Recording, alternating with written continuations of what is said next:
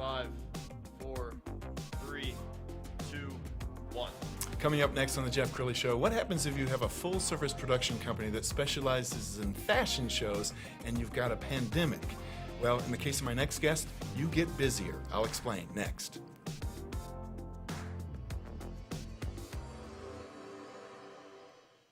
Many are predicting that the worst is yet to come, which is unfortunate, said one person here. Until now, they've enjoyed the reputation of being the nation's icebox. Watched a burglar in his home this morning by webcam. As a journalist of over 25 years, stories are what make my world turn. Reporting live from the Dallas newsroom tonight, Jeff Crilley, Fox 4 News. But in 2008, I took the jump from my familiar life and started a PR firm from my home. We're talking about anyone with a camcorder like the one I'm using becomes a television network. We started slowly growing the company, and we now have over 100 clients, and we've branched into the world of live digital broadcasting. I now own 8 different TV studios and have a huge team, and the stories that I now get to share are sometimes the most important of my life. Life has a funny way of coming around full circle. This is the Jeff Crilley Show.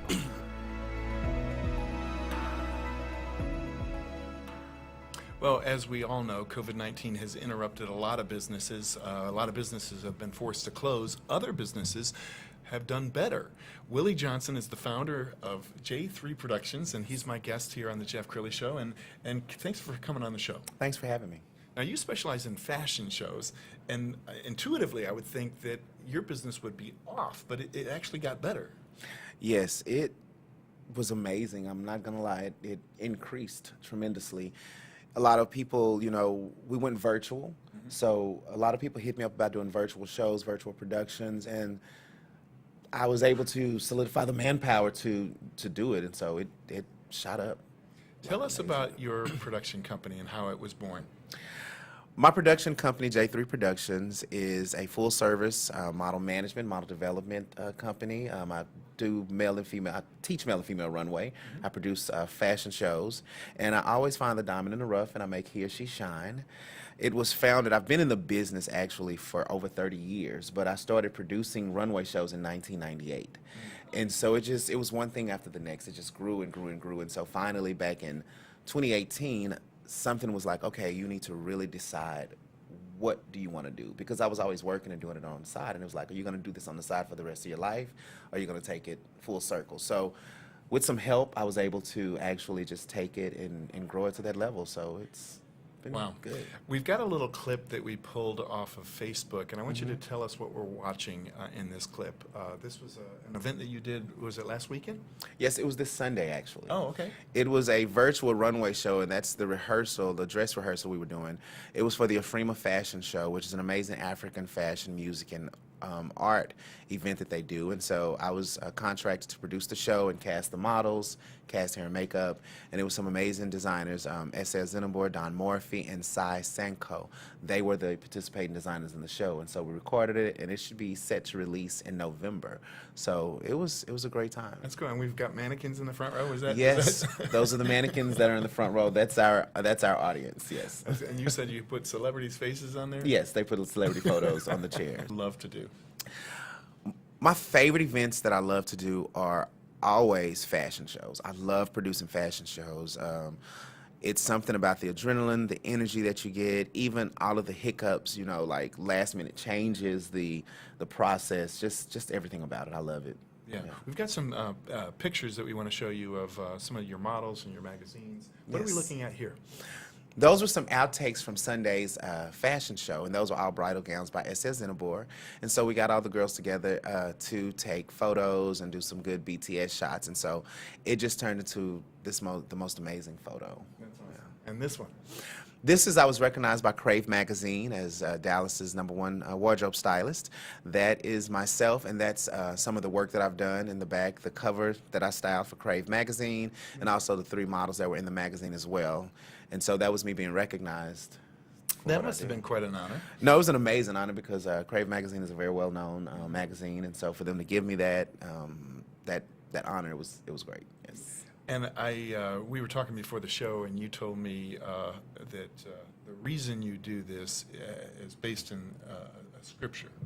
Yes. My mission statement for what I do is Matthew 5:16. I'm not really ashamed of my spiritual belief. I tell everybody I am a church boy. Matthew 5:16, if you don't know, is let your light shine before men so they may see your good works and glorify your Father which is in heaven. The way I run my business is because I've been on the other side of the camera and I know what it's like to be a number. And so when I started this company, I prayed about it and I was like, God, I want to be able to help people, but I want to do it your way. And when I take on my talent, I never want them to feel like they're a number. So I have 35 people that I treat as if they were the only one when I can. It can be exhausting, but at the end of the day, I love it because I get to see my team happy and my talent happy because they know that they can reach out to me. And it wasn't just about putting models on the runway or turning people into celebrities. It was really, what can I do to encourage you to grow? Because a lot of models are what I call beautifully broken. They're beautiful, but they're always getting tore down. They're always told no. They're always prejudged based on their look, So I wanted to make sure that they knew that J3 is a safe place for them. Well, I don't know if it's picking up on camera, but I just sense a lot of emotion here. Why is this so near and dear to your heart? It is truly a passion. I always say that this is a ministry to me. I've rededicated my company to God. I did it 3 or 4 years ago, and I actually re-surrender it to God weekly. I'm thanking Him and giving Him back my business. So whenever I talk about J3, I get emotional, I get excited because this is also something that my mom told me that I was going to be doing. I've had so many great people in my life that have told me that this is what I want to do, and I ran from it for a while, and so now I run to it. But I love what I do. This is truly my passion, my ministry. This is something that I do. I will honestly say I do this 24 hours a day. Yes, and I love it. And the name J3 Productions, you're honoring your mom Yes. With that name. Tell us that story. Well, my real name is Willie Johnson III. And my mom, she was so funny. She would say, son, are you going to get one of those Hollywood stage names and forget that you're Willie Johnson III and your family name? And I'll say, no, Mom, I'm not going to do it. I'm not going to do it. And so I was trying to come up with a creative way for my business so it could sound fun and fashionable and cutting edge. And so that's where the word J3 came from. So it's Johnson III, And J3. you do have a little bit of a southern accent, which I find Yes. charming. But you were telling me before we went on the air that sometimes your phone calls with the fashion industry in maybe New York or Yes. Europe, they pick up on a little bit of the southern drawl. Yes, and they love it. It is hilarious to them, and they actually. One lady said it was refreshing because, like I was telling you earlier, I was on the phone with a lady from Versace Corporate one time. We were talking, and right when I got off the phone, I was like, okay, well, thanks, y'all. I'll talk to you soon. And she just fell out laughing. She said, will you say that again? And I was like, what, thanks, y'all? She was like, yes, I love it. It sounds so innocent. And I was like, well, I'm not really that innocent. I think it's charming. We need to have more southern accents in the fashion world. Yes, that's what she said. So tell us what it's like to work with you. So let's suppose I'm the owner of a small boutique and I want to kind of put on a show and a client appreciation event or something like that. What's the process like? Well, the first process is we sit down and we have a consult. You tell me exactly what you're trying to do. You tell me a little bit about your business. And you tell me what you're hoping to achieve from this. And then we'll sit there, we'll bounce ideas off of each other. Then, I'll reach out to certain people like, liquor sponsors, catering, and then we book models according to your client and according to what you're looking for and what you feel is going to best represent your brand.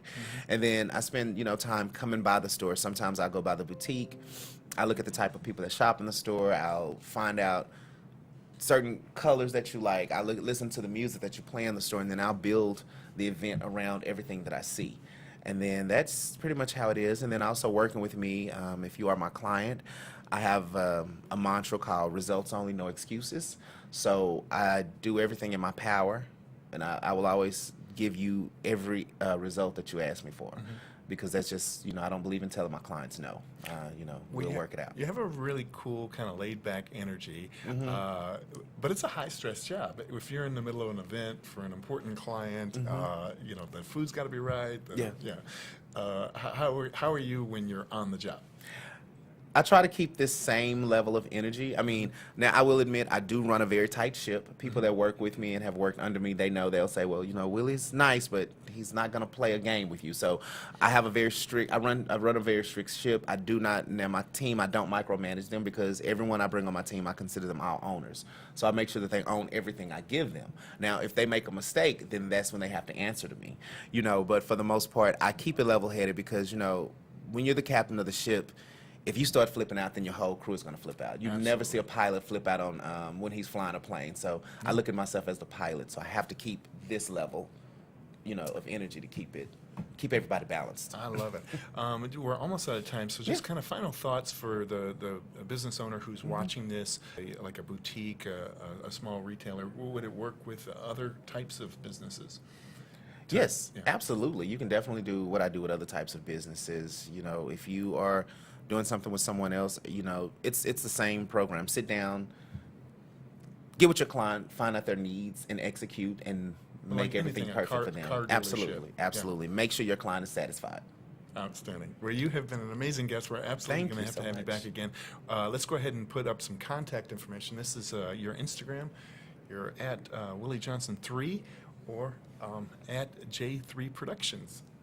That is so cool. Thank you so much for coming on the show. I appreciate it. Yes. You've been amazing, and we'll definitely have you back. Okay, perfect. You bet. I do appreciate it. And that's it for now. We'll see you next time.